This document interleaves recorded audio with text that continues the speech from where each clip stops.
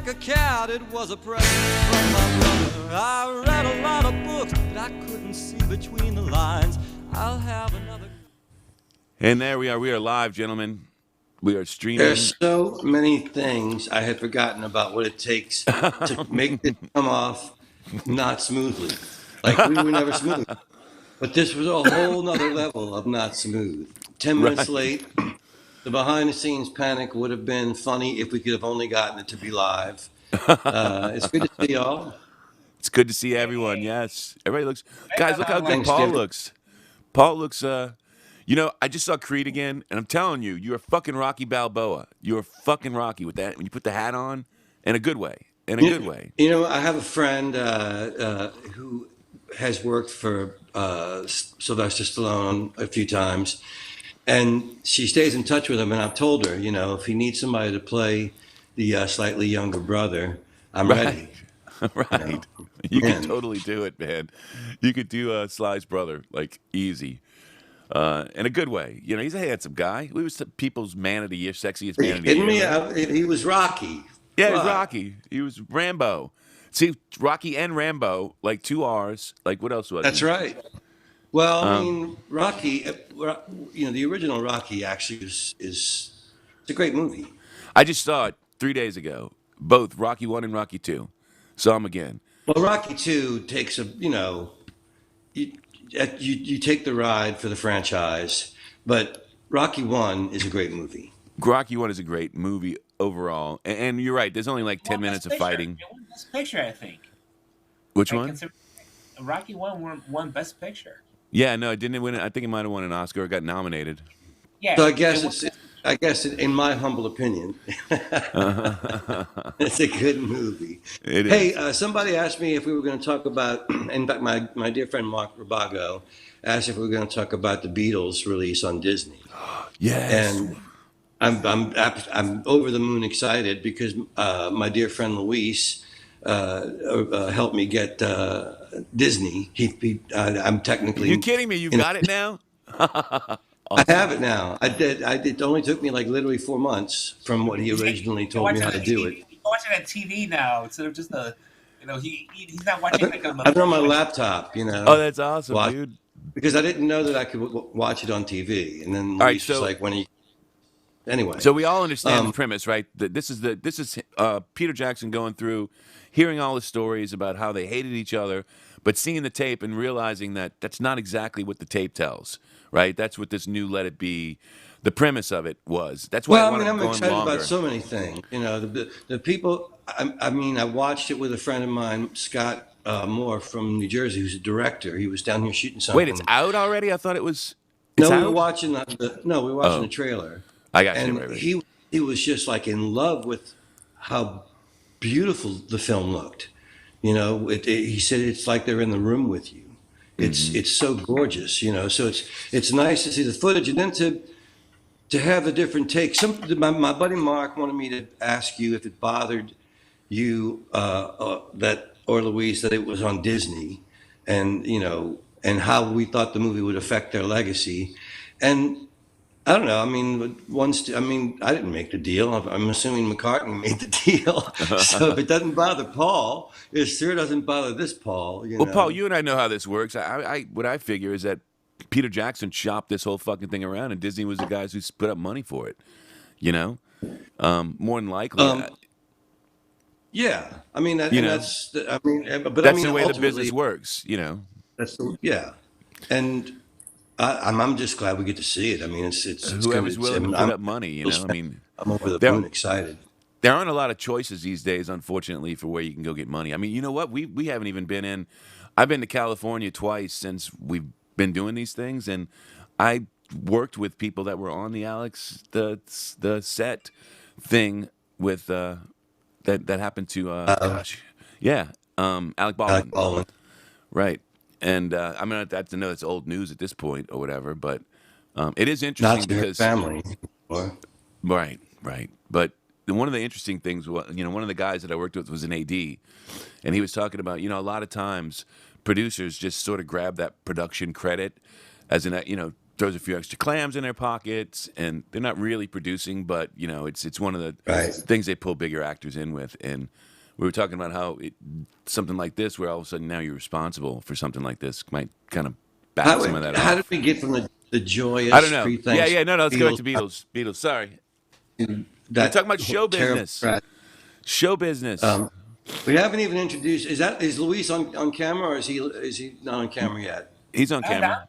I'm still on camera. Hey, Luis, how cold is it in Chicago for you for Thanksgiving? It's not cold enough yet, Paulie. It Not can still cold be- enough. No, it's not cold enough. Which really Can you be pisses me off. factual? No, I'm being very. The funny part is we're still going through fall, right? We're still going through autumn. So Right. I saw all my neighbors with their shitty ass trees dropping leaves, and all that's just blowing to me, right? So these guys ain't bothering to. We've had high winds this past week, so all these tree leaves are blowing onto my lawn, which I'm getting like pretty pissed off because the leaves on my lawn look nothing like on my trees. Right? And, I'm over here like I don't have a maple tree. I do not have a maple tree. And I always remember the maple. So leaf all do the you time. take the maple leaves? It and is do you called the scrape- Windy do you City. break the maple leaves into a pile and bring them back to the owner? That's more effort, right? I mean, I still remember one time my mom looked at the Canadian. I always remember the maple leaf because my mom one time looked at the Canadian flag and she asked us. She goes, "Why do they have a marijuana leaf on the flag?" That's great. We started dying. So I always associate the maple leaf with that. So yeah, Your mom was a- No, you know what he does, Paul? Is he just goes to his neighbor and he's like, "I'm using your trash can. Your trash can. This shit goes in your trash can." Right. Your tree. So I tried. So I brought out the windblower and the rake on Sunday, and it was to no avail. I cleaned up everything. Okay, now wait a minute. Okay, Yeah. the leaves on your lawn were from God's natural windblower, the wind itself. Then you're going to combat that with a leaf blower, which is then going to blow the leaves to where you want them, and so essentially making you the god of your neighborhood. Or the god on my lawn, anyway. I mean, I was just going to say, man, like, at least it was the wind that did it. Before you said that, really, I was going to say, at least it wasn't some guy with a leaf blower. Because when I see those guys out, I'm like, so as long as your lawn looks good, it's Right? cool. I know. Just blow it everywhere else. but here's the beauty Just of blow it. it all right? over the fucking I mean, place. here's the beauty of it. Apparently, the wind blows to the east here. I never really paid attention until I had to start raking leaves, right? So everybody to the west of me has trees. Everybody. I'm pretty sure, to the Luis, east has that no trees on their lawn. No trees. So everything. I'm pretty sure the wind blows in all directions: east, west, north, south. All the wind blows from all directions onto my lawn, right? and my trees that I have in front of my house are too stupid to know it's fall. So my trees still have all of their leaves on there. So I know they're not my trees, right? So Well, there's a Don't even guy talk- across the street that runs around like it looks like a Ghostbusters proton pack. It like straps onto his back. It's like he starts doing it like 7:30 in the morning. I want to kill this guy. Like Jesus Christ, I'm trying to have a cup of coffee. I You think guys that after, you shouldn't do yard work before 8. 8 o'clock in the morning is the earliest you should do yard work. This guy's out there making all kind of noise first thing in the morning. And he's just, I'm like going, I don't even see the fucking leaves. He's like blowing one leaf at a time off his driveway, It's just like watching it tumble one leaf. And I'm like, is he doing anything? Is he just bothering the bugs? What the fuck is this guy doing? Yeah, I'm just not a fan of the leaf blower in general. I don't care what time of day you're using it. It's saying as long as my shit looks good, I don't Yes. care what the shit around it looks like. Screw everybody else. Yep. pretty much. And it's loud. I mean, if you could come up with a nice, quiet electric leaf blower, at least you could say "fuck you" quietly, Yes. I would like to be, if I could be like the chicken Shang-Chi and just sort of like wave my arms around and the leaves fly where I want them to fly and I could just put them over there.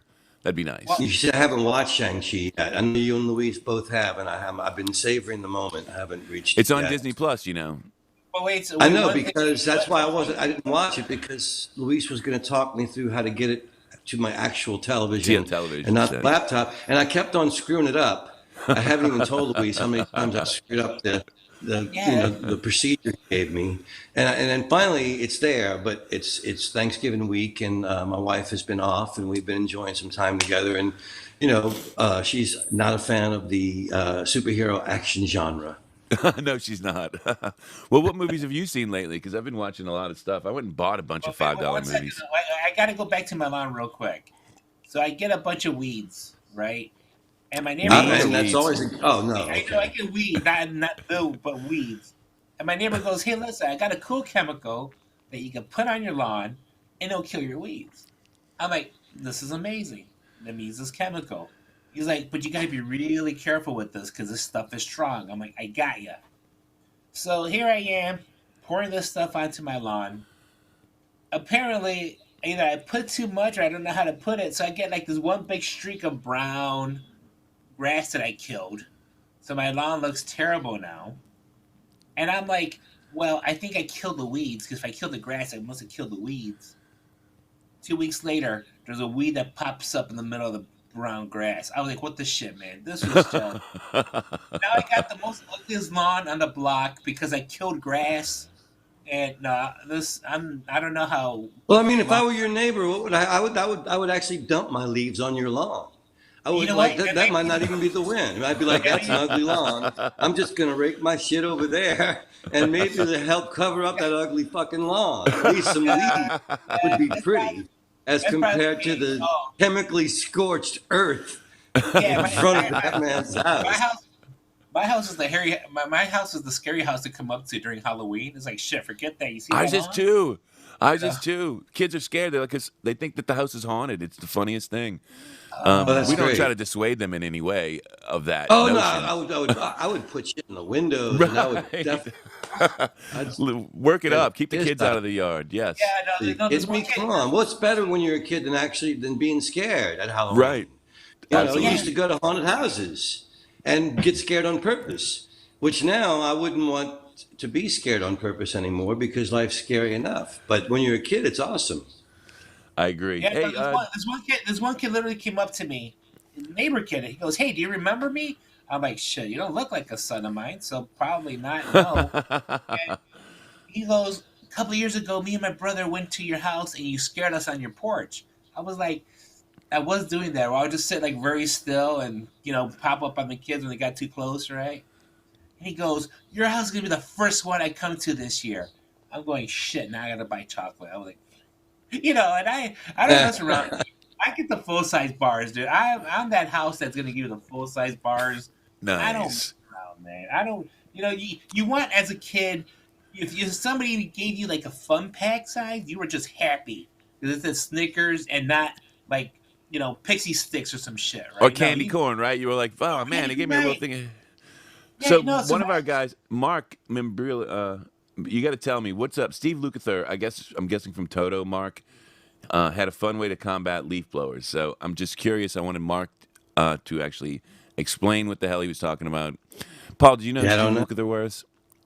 Steve Do I Lukather. know He was like, who? yeah, he's a studio guitar player. He played in Toto. Anyway, really good guitar player. That's the only reason why I asked if you knew who he was.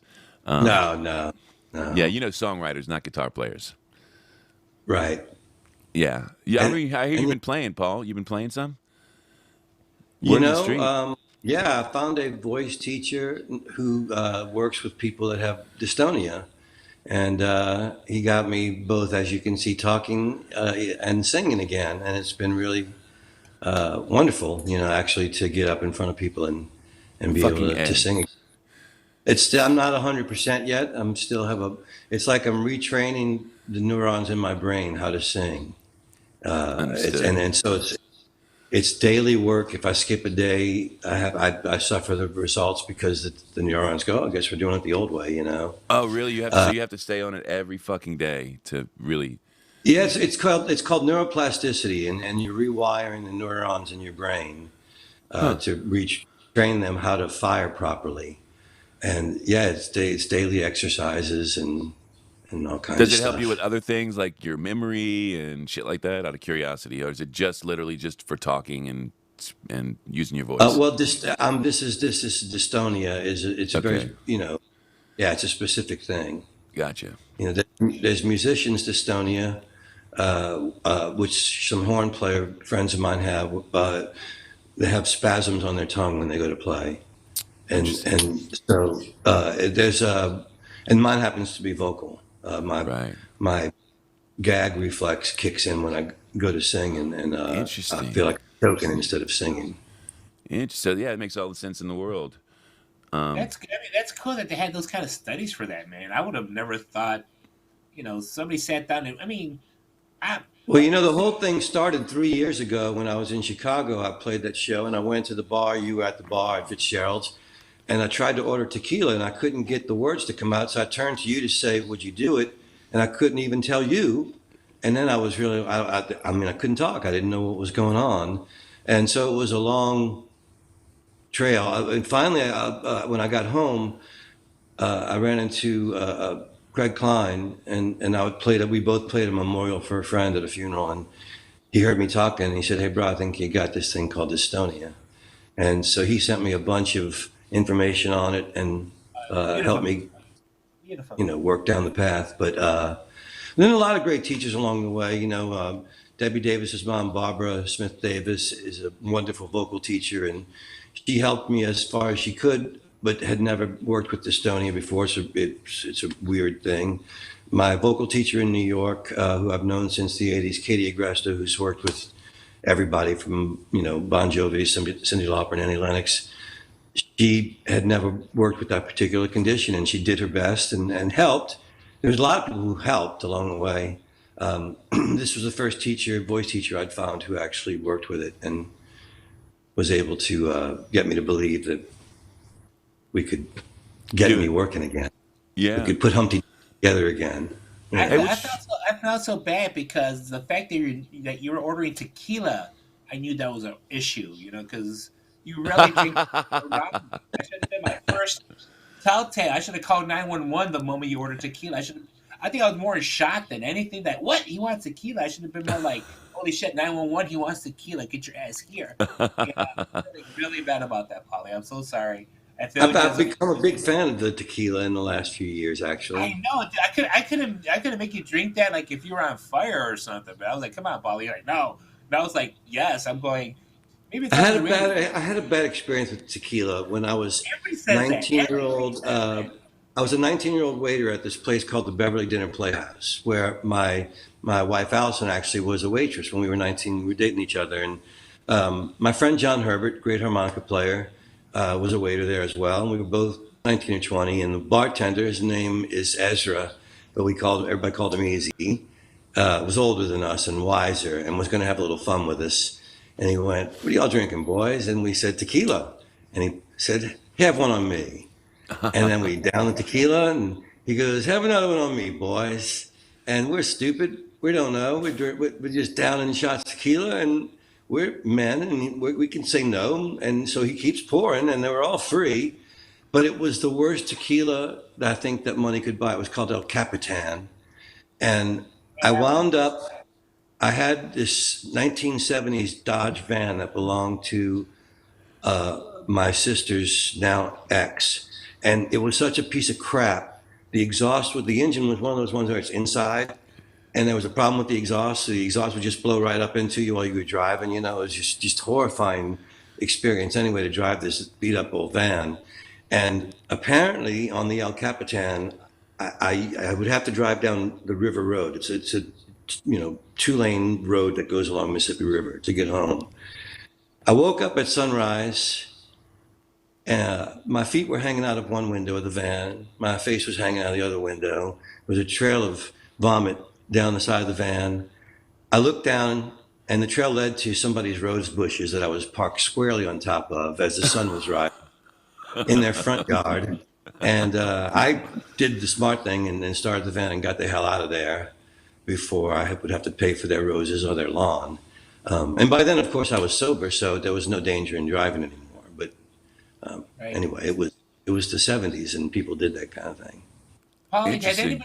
anybody ever make you try Malort, Chicago's Malort?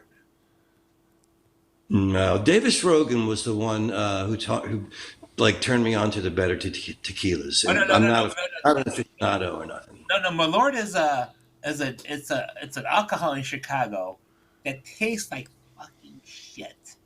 But Why would I everybody try that? Why no in no the no. world would I This try is no that? no this is just god awful bad. And this is like one of those things when somebody comes to You're selling it Chicago. hard, man. You're selling it hard. Dude, no no. This is like the worst. Here's what. So it's like it'll be like, hey Mike, you've been if Mike was to come to Chicago, hey Mike, have you had a shot of Malort yet? No, what's that? And I give Mike a shot. It's almost like a haha screw you, and you just make the like the worst tequila. I mean the worst. I just drank the What? worst shot in the world face, right? So this happened this past summer. I went to a place called the Beat Kitchen, and I had my nephew in from out of town. And I feel really bad about this. So he takes his friend, and he's sounding like he's like a very aficionado of these kind of drinks. I'm like, dude, you're 23. You don't even know what you're talking about. Right. And I said, dude, have you tried Malort yet? What's that, Uncle Louie? I said, listen, dude, don't be talking to me about you're such a connoisseur if you hadn't had Malort. So I gave him a shot. He had his friend with them, gave her a shot. Now, remember that band Something to Do, Polly? I want to go see Something to Do. And one of the band members, a little 5 foot tall trumpet player, she's like, I'll take a shot of Malort. I said, perfect. And my nephew's friend goes, I'm really bad at alcohol. I'm like, oh, whatever. So we take our shots of Malort. She barely gets halfway. Gag reflex happens. Now, mind you, we're sitting on the patio, okay? Gag reflex happens. Ends to the side, starts vomiting, and it doesn't stop. And my nephew looks at me like, what did you do? I was going, I thought she was exaggerating. First of all, what a shitty uncle that you're gonna make your nephew and his friends drink this horrible fucking alcohol. And what kind of masochist are you that you're gonna actually drink it with them, knowing that it's shitty? Like I'm not sure. My fuck you is going to include fuck me.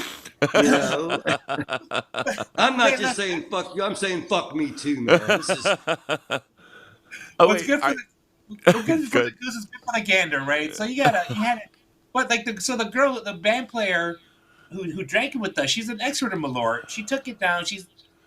And I get an email from her saying, Luis, that's one of the best on road experiences I've had with this band. That was like in the top 5.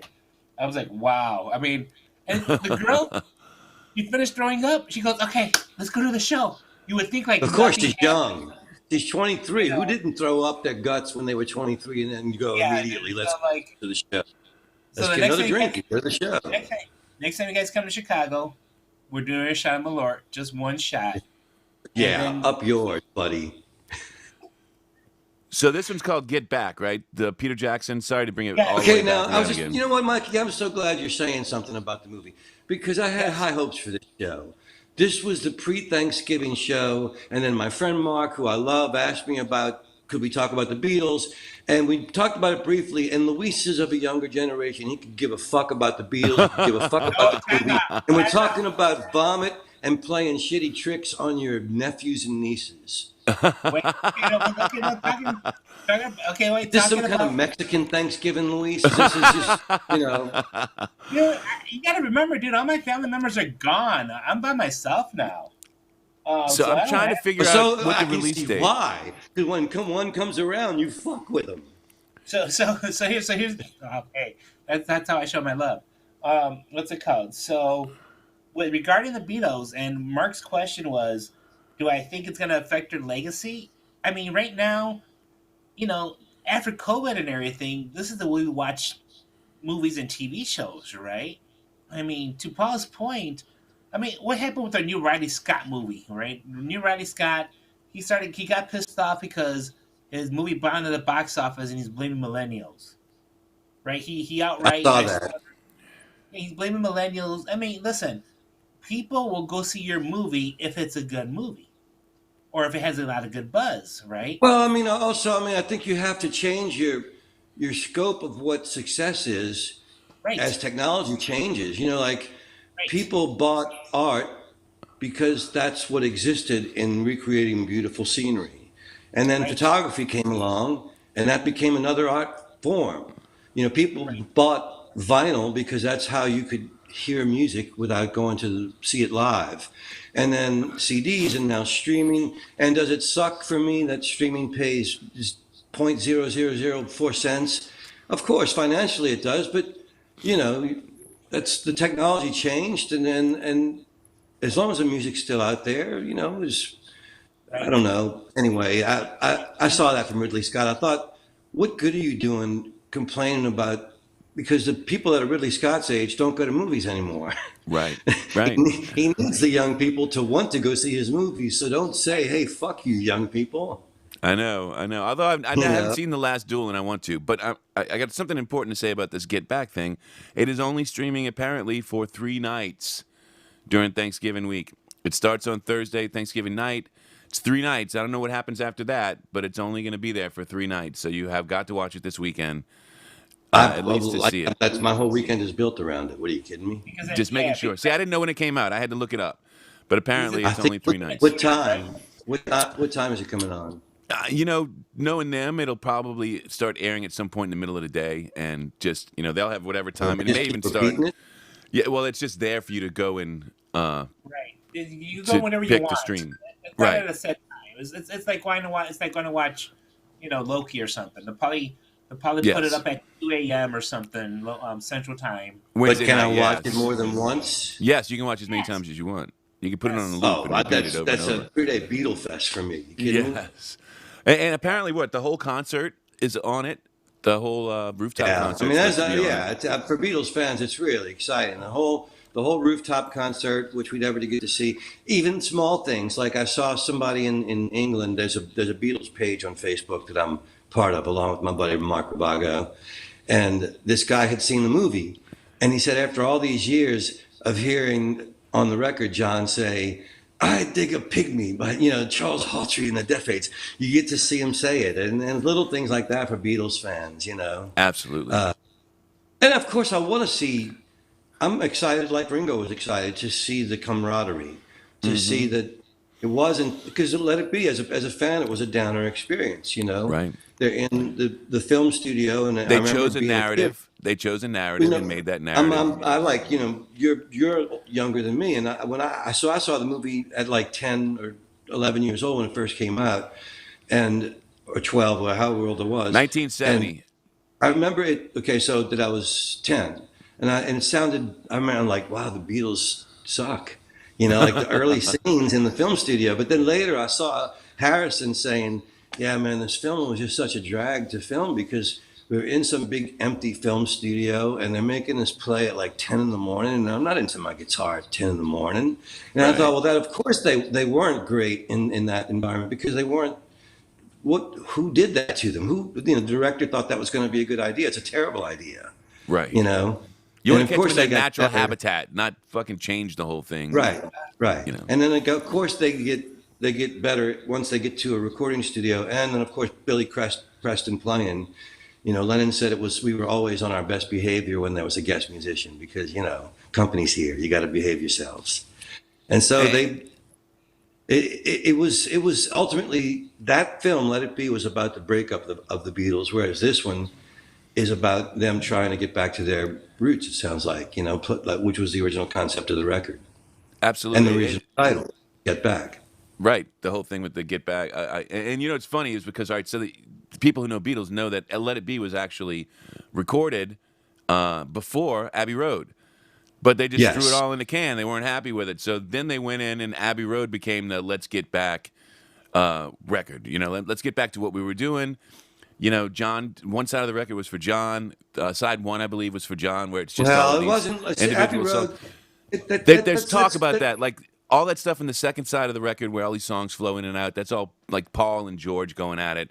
The first side of the record was supposed to be more like John, just rock songs, one after the It other. was. It was, but it wasn't. The concepts you're slightly off on. Get Back.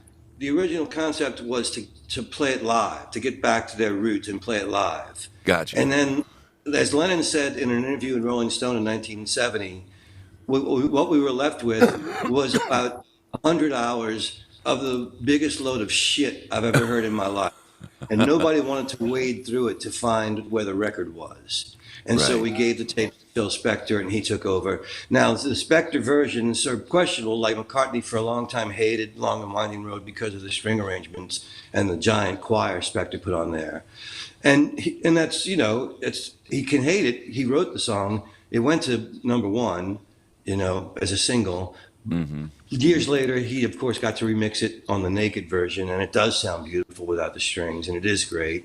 Yeah. But anyway, so then when they went to do Abbey Road, Paul called George Martin, and they had had such a miserable time making Let It Be. There's I don't know if I'm sure they didn't use this footage, but there's a scene where John says to George through the talkback mic, which take was better, that one or the other one? And George said, John, I don't know. That was take 70 and it was 69. And how many takes of this song have we done? And Lennon screams at him, you're no fucking good then, are you?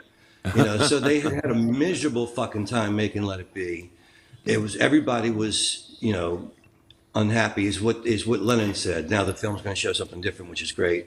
But McCartney called George Martin and said, we want to do a record like we used to do it with you producing, and we'll do everything that you want us to do. And George Martin, I've seen the interview where he goes, even John? And Paul said, yeah, I promise, even John.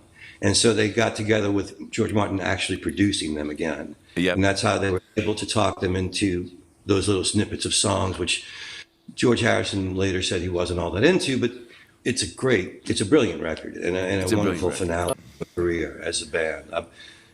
For me, I knew that Let It Be was recorded before, so Abbey Road's always in my mind been their last record. Right. Abbey Road is their last record.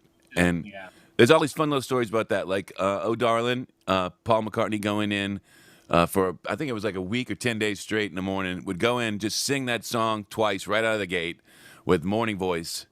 And until, they finally got the take of it. He actually sang himself hoarse until he liked the quality of the hoarseness in his voice. But he did it every morning. Day. It was a morning voice. Every morning, yeah. Yep. Yeah, and he wore himself down until the voice was where he wanted it, and that's the take that he went with.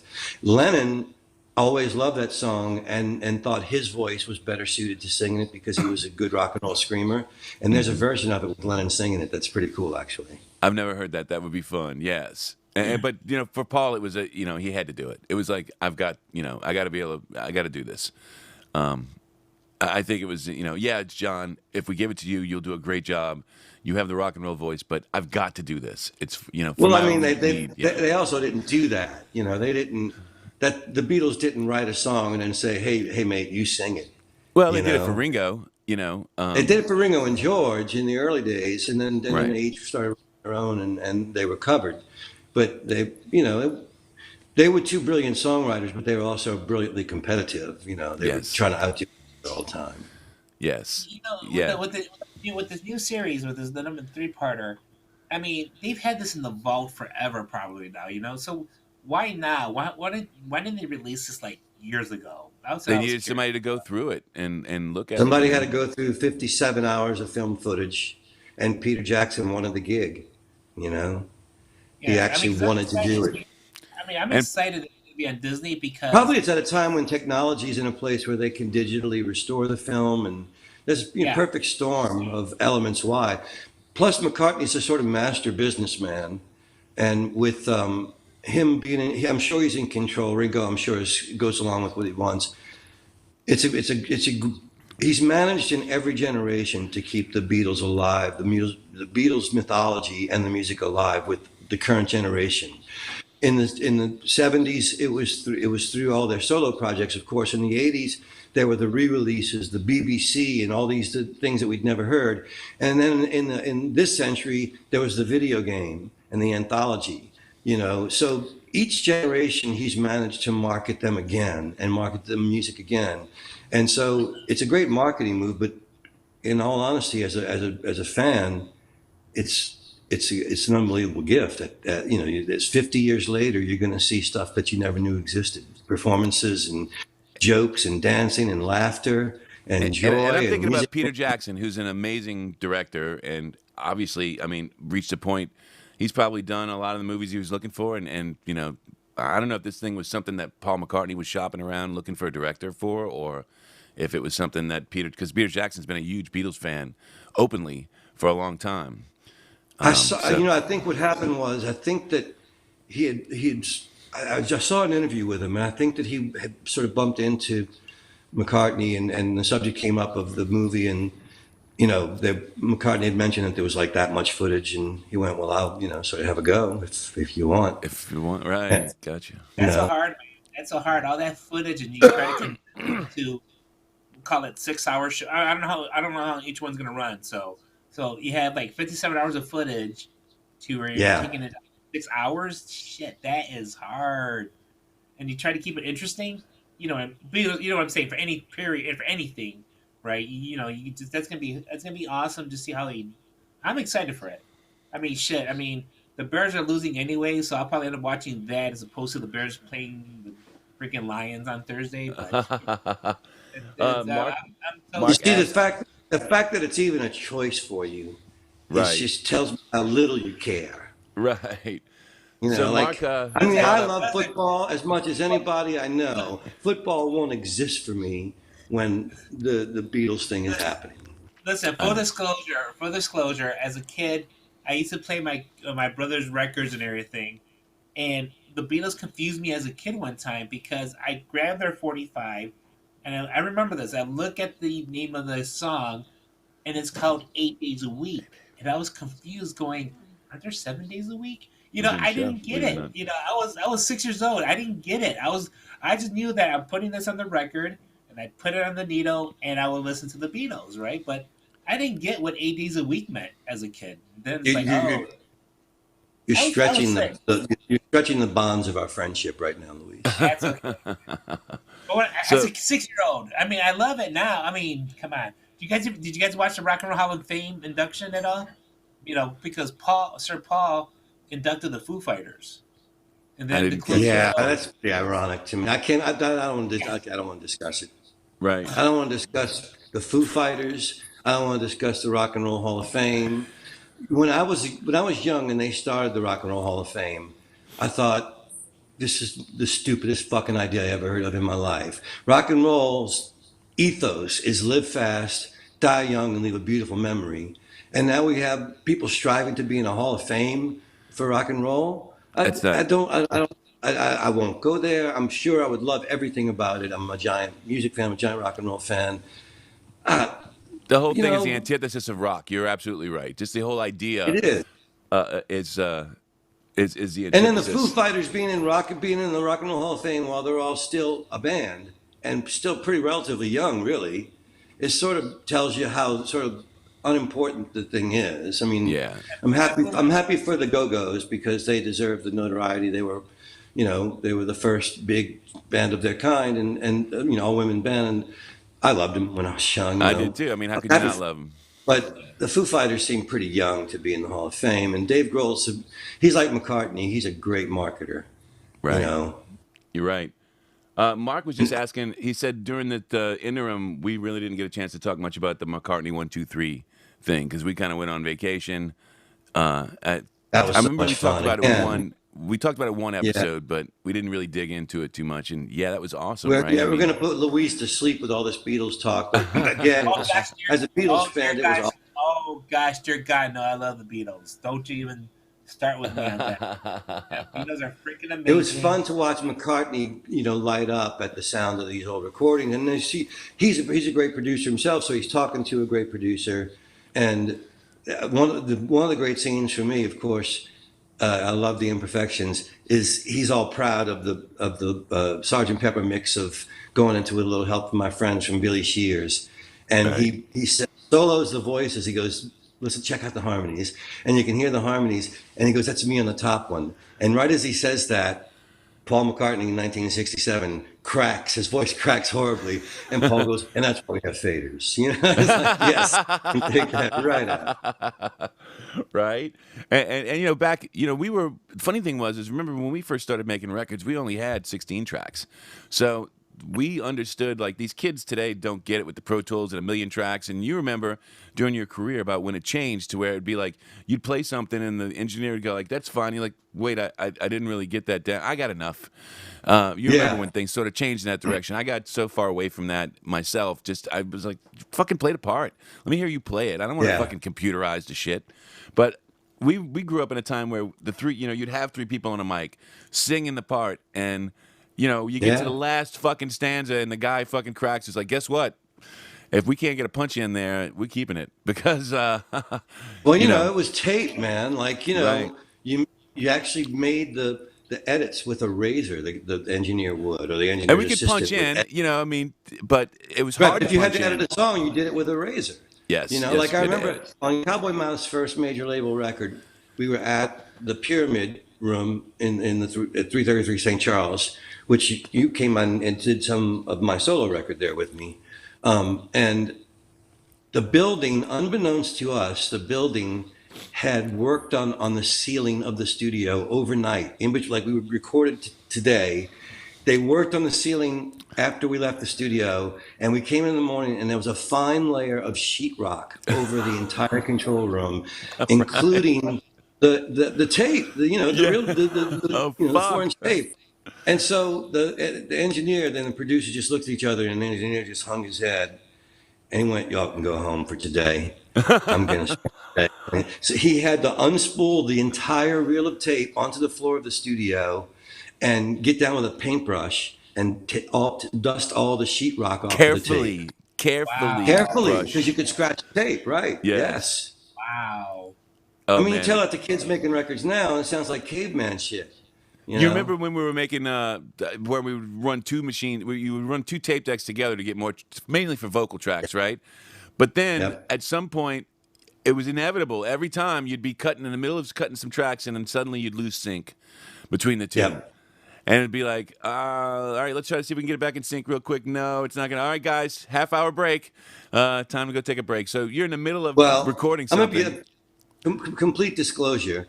I went to guys like you my whole life, brilliant engineers and producers my whole life, because I couldn't do it myself.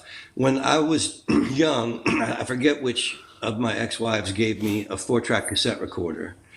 And I remember, like, I'm so technically such an idiot. I would spend all day, Fred had showed me how to do tracking and lay down the parts and the hand claps and the percussion.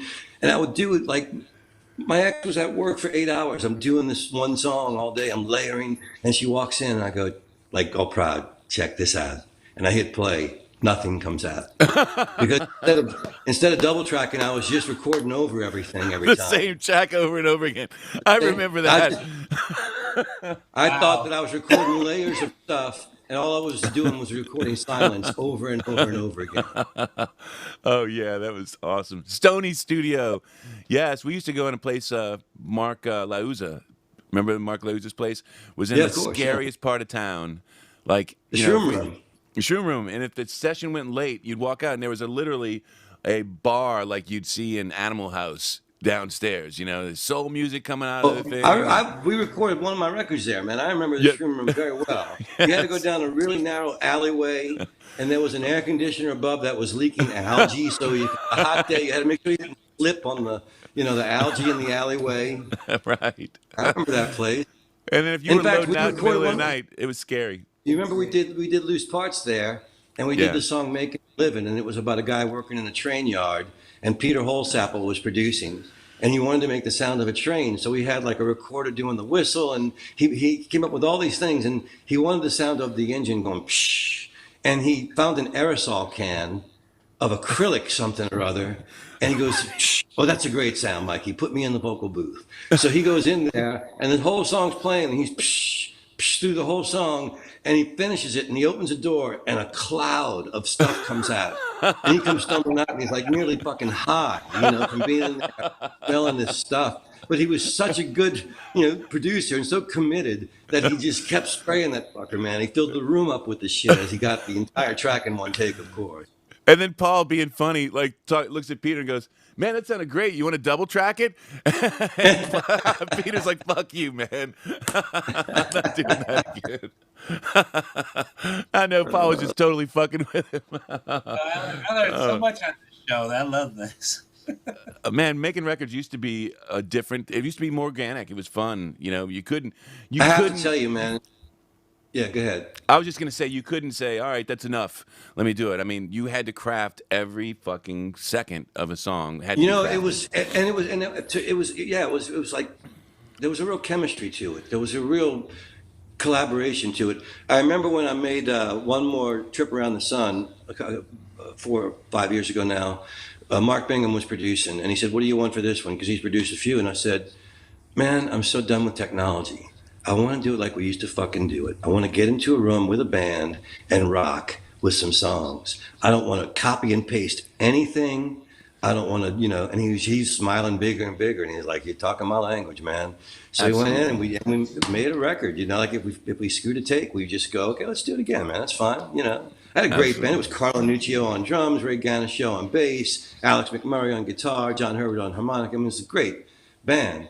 And we were able to get some really great organic, as you say, moments. Like Alex, well, any musician wants to prepare for the studio. But if you have a solo in particular, you want to sort of know about it.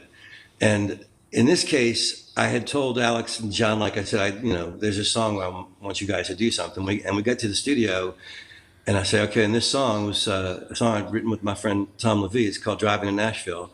And I said, I want y'all to do like 8 bar solo here. You take the solo, John. Alex, you take the second time around.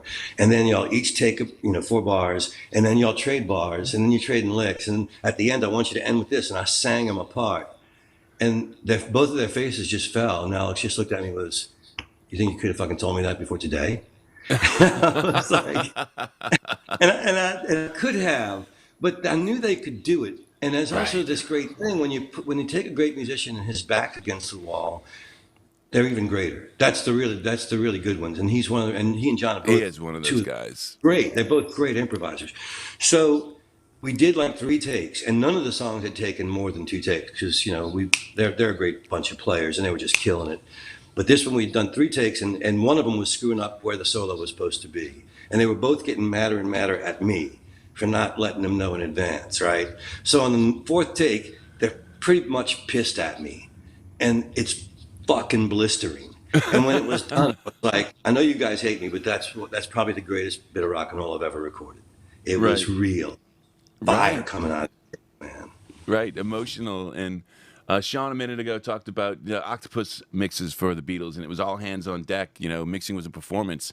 I started doing that a few years back, where like now I don't mix in Pro Tools at all anymore. All my mixes are performances, Really. and because it's so much better, like things moving around, things getting in your face, whatever, is so much better than, in the '90s. Like everybody else, I kind of got stuck in that. I was making records for artists that were coming in, and long story short, it was doing the live television stuff again that kind of brought me back to what mixing really was about. Because I would try to match those mixes doing it in Pro Tools, and I couldn't get close.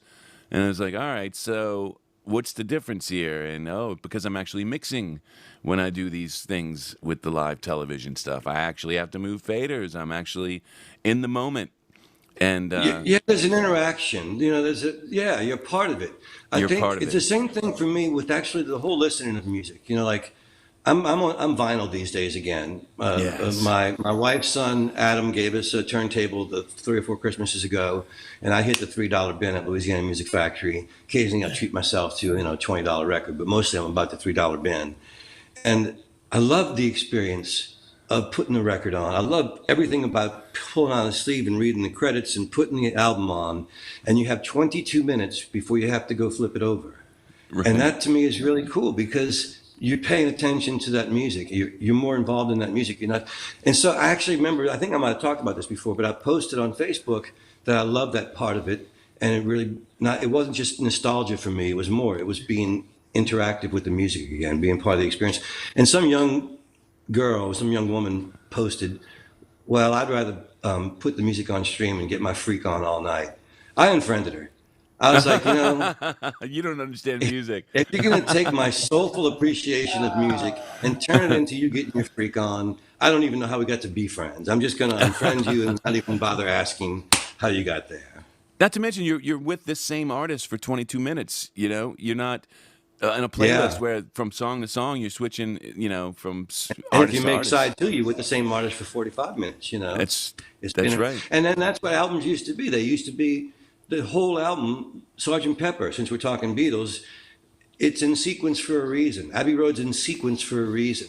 And it's a whole ride. And just much like going to see a band live, they have a set list because they want to give you a musical roller coaster of a ride. And that's what albums used to be. And streaming takes all that away. No, it becomes singles. Everything's singles, and it Well, gets boring. not only that, but for the listener, it turns it into exactly what that young woman said.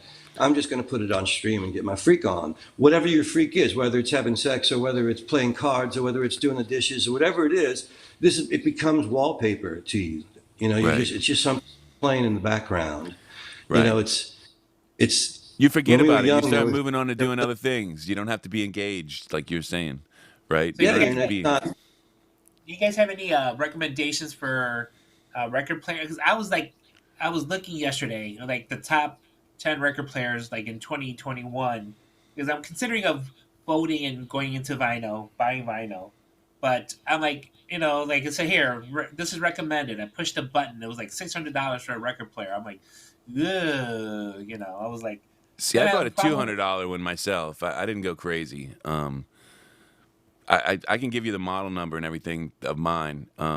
The needles were cheap to replace. The needles we just replaced the needle I because didn't we'd even worn think it about out. It was replacing 40 needles. I didn't even bucks. think about replacing needles. It's been that long. I mean, and this is where I feel bad. Where I bought Freaking Jet Back and adorable, where Louis. I bought. Well, I felt bad because here I bought, the album for my brother, Jet Black and Jealous, when Paul re-released it. Now I'm going shit.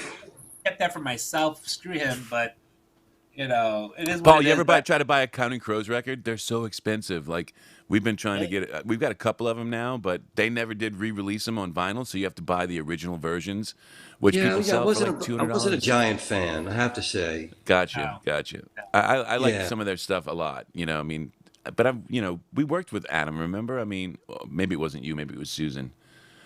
it was Susan. Susan was Gotcha, friends with him. gotcha.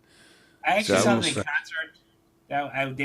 They were not a fun In show. fact, I actually met him one time, and being me, just unintentionally sort of over insulted him. I went backstage I guess the Continental Drifters were playing at House of Blues, and Susan had brought him there as a guest. And back in those days, we all used to, have a joint together. And people have cleaned up since, and I would be less liberal. But this is, 20 or so years ago. I walk backstage and I pull out a joint, and somebody in the band's like, "Yeah, light it up." And I turn to Adam Duritz, says, like, "Do you want to hit?" And he goes, "Oh no, man. If I smoke weed, I'll lose my mind, or the world will come to an end." And I said, "Well, at least one of those things would be bad. So please don't have any weed." That's awesome. So at And least then one of he those wasn't very things. friendly to me after that. So maybe I shouldn't have been so flippant with him. I should have been more rock star respectful. But it's. He's a real sensitive guy. I will. You're right about that. He's a little bit oversensitive of a guy, but he's written some nice stuff. I thought personally, I like some of his stuff. Yeah, that guy had no stage presence for me when I went to go see him. No, Like he's a it was that shoegazer. it was that man Matchbox 20 were doing a show and a friend of mine dragged me, and you know I know Connie Crow songs and he goes up there, he has no stage presence, and I'm going, maybe this is why people watch them high, because shit, doing this sober and clean is not a way to That didn't watch a help me. Connie Crow show. Didn't No, help you know. he's an artist who has some things to say, and if you're into what he's saying, then you got him. And if not, you don't. No, So, I liked them. I liked their music. Okay, I wasn't like the kind of fan that would pay $30 or so for well, a that's my record. point. I mean, isn't it crazy that their record sold for so much, mainly because they didn't re-release them? I just thought it was crazy. They were one of the ones that, and Fleetwood Mac for a minute before they finally did their big re-releases on vinyl, it was like $200 to get one of their bigger records. It was crazy. Like some vinyl, that hasn't been re-released yet is just so expensive. Yeah, that's nutty. That's But nutty. Can you imagine your record's going for $200, Paul? You'd be like, yeah, I'll take $200 for my record. You know, there was, I forget which one. I don't know if it was Jet Black and Jealous or Nine Lives, but somebody emailed me that it was on eBay for $100, and I had to go and look Wow. for it to see if they were fucking with me, and they weren't. And I was like, well, again, God bless you, whoever you are. I hope you get that $100. That's Right. fantastic. You know? Right. Isn't that That's funny? more than some record companies have paid me. You know? You're like, wait. How do you get the biggest chunk of that piece, yet, Mister? You bought it from me for $20, and now you're gonna make $100 off of it. Now Let's not Don get into the Henley would be music pissed. business aspect. Don Henley would because be then pissed about we're that. right. Don If we Henley, start talking music business, we're right back to throwing up. You yeah, know, it's yeah. just I'm not even going to go there. I mean, So what's that- Thanksgiving, what's everybody's plans for Thanksgiving? Before we're getting close to the end of the show, what are we doing for Thanksgiving? my wife's eldest son Adam is hosting a Thanksgiving dinner party at his home for me and her son Brian and both of their Nice. girlfriends.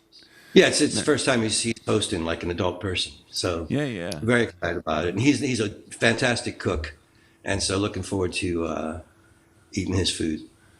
Nice. Luis, what you got going on? I probably have to drive up to Michigan. And like my brother's the only family that I have left, and he really doesn't do the Thanksgiving thing. So he's like, you know what? It's gonna be me and my wife and my kid, and she doesn't cook. He doesn't cook. So yeah, no, we tradition went out the door. So we'll see what happens. So how It's far of been a drive is that? 3 hours. And you, oh, Yeah. that's not bad. And you No, didn't no, answer yeah. me earlier. I asked you when we first started, and you avoided the question by saying it's not really that cold for me. What's the temperature in Chicago right now? Oh shit, dude, I don't know. We'll pretend it's about 40. We'll pretend? Because it's chilly here Yeah, in I New saw Orleans you. right now. I saw yesterday morning it was like 28 degrees, and I was like, oh man, Oh, poor Louise. yesterday was a cold day. Yesterday was a cold day, and right now I haven't been outside. I haven't been outside today. I mean, again, I have my house set at 65 degrees. Make sure the pipe. You just always want to make sure your pipes don't burst. That's key number one. Pipes don't burst. You're fine. If I'm wearing this just because I didn't. I got. This is not. I'm not wearing this because it's cold. I just got hair growing from the sides instead of the top. It makes me look like that much older. You guys have like cool sets of hair, so fuck both of you for having awesome sets I of just hair. want you to know. I just want you to know that the difference, as you know me well enough to know how much I hate the cold, but you're talking about it being 28 and you keeping it 65 inside. It's been like in the mid 50s in the morning here. I've had the fireplace going every morning. There's wood in the fireplace burning every morning. Nice. By the way, That's in the Schmoots, I'm jealous that you have a fireplace. Shit.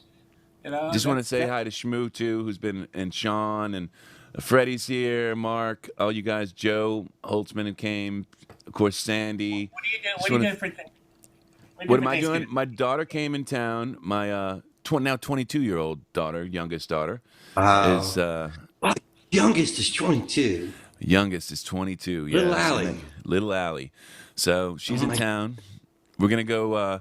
She's vegetarian, so we're not gonna do your traditional Thanksgiving. I don't know if we're 100% on exactly what we're doing yet, but we're gonna do something a little different. Like whatever we feel like eating is gonna be our Thanksgiving. So Nice. today we're gonna go to the grocery and pick a few things out and do a little modest cooking tomorrow and watch the Beatles. Apparently, she's a huge Beatles fan too, so I'm That's sure she'll because hang you out with us. raised her right, Mikey. You raised raised- her right. Although she does have some set lists that says mom and dad lists that have like Fleetwood Mac and all this other Pink Floyd and all this other stuff in it. That's kind of that's really funny. I know, she's just like, I love this music, and then she's listening to like Billy Joel and stuff that we didn't turn her on to, like Billy Joel songs that I'm barely aware of and stuff. She goes looking for music. She's an interesting one. Lindsay loves Velvet Underground and all this other kind of really cool, weird Wow. stuff. I know, isn't that crazy? So It's great though. You have a great appreciation of music, and they grew up around a lot of different music because you produced all kinds of stuff, and it's great that they, some of it imprinted like that. yeah, they're both big music, just like their mom. They could screw TV, sit around and listen to music all day. They're definitely. Although Lindsay has an appreciation for movies like me, so it's funny because we talk movies all the time, and Allie's just starting to get into movies here and there, but what are you gonna do? What are you gonna do? So, we had fun today, right? We pulled this one out of the blue. December, I've got a slow. This is a slow time of year, so maybe me and Paul will talk and see if we can figure out some times. Let's see if we can squeeze in another holiday show or something. Yeah. Yeah, something fun. This is gonna throw me off because it feels like a Friday right now. Doesn't it though? It's like. Well, tomorrow is a holiday, so maybe that's why. In my head, it's like it's Friday, And real quick though, you guys gotta connect me with that one musician lady that you guys have from Chicago on the show. Oh, Kat. Yes. I forgot her name. So Rolfs, Kat Rolfs. I'll send you the info. Okay. And she's heard of you actually. The funny thing is that you guys know the same people, because she's heard of Luis. Everybody's heard of Luis, I guess, in Chicago. Come on. Luis is legend in circles. Yes, Luis apparently is legendary, but she's got some of the same friends as you, apparently. Okay. So I think you guys should definitely hook up. She was supposed to come down here and play with me. I had Paul coming to play guitar with me. Supposed to be next weekend, but we can't play that date. We had to move it back a date. I'm not sure if Paul can still make it, and I'm pretty sure she can't make it because she's got dates in Chicago. I didn't realize that was supposed to be next weekend because you never sent me anything to learn. No. Well, I figured you'd be fine with whatever, But in all honesty, great. But no, I had planned on sending you stuff. But the thing is, I did hear from Eric kind of about 5 days ago, and I just haven't had a chance to really deal with it yet because I was working and stuff. So I kind of already knew that date was out, and so that's why I kind of backed off on sending you I was just waiting for the phone call that said you're out of the band. Oh, that was never coming. That was never coming.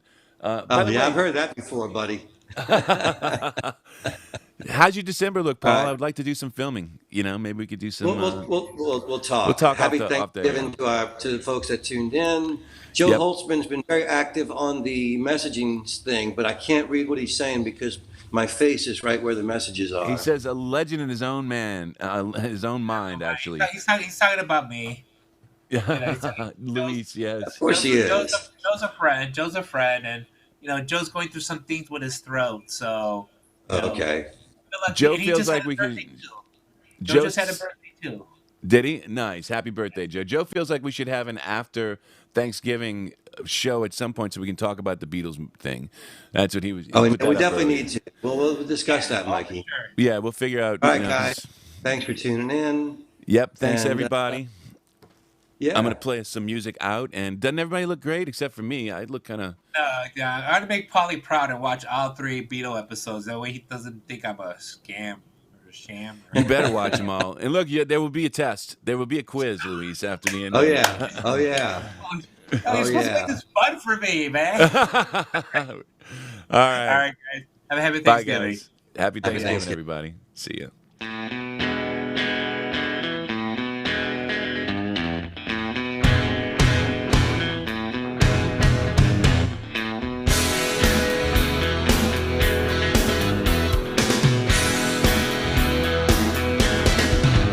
Well, I used to keep my money in a cookie jar. It was shaped like a cat, it was a present from my brother. I read a lot of books, but I couldn't see between the lines. I'll have another cup of coffee if you don't mind.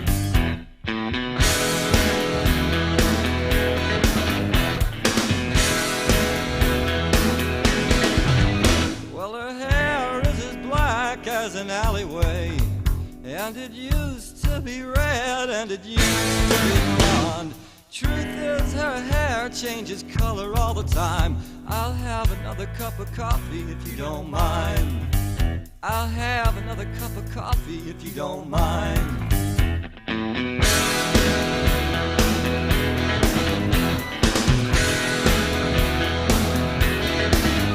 Well, I'm staring at her shoulder, but it's not what I see when I hear 2 fellas fighting in the booth across from me.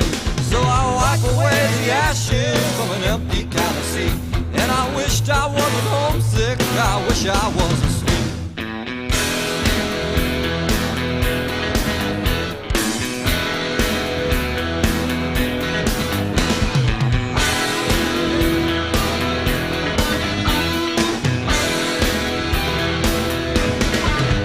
Well, blanket up against my chin, and I need her like I need another pack of chewing gum. Well, we used to be like that, but now we're like this all the time.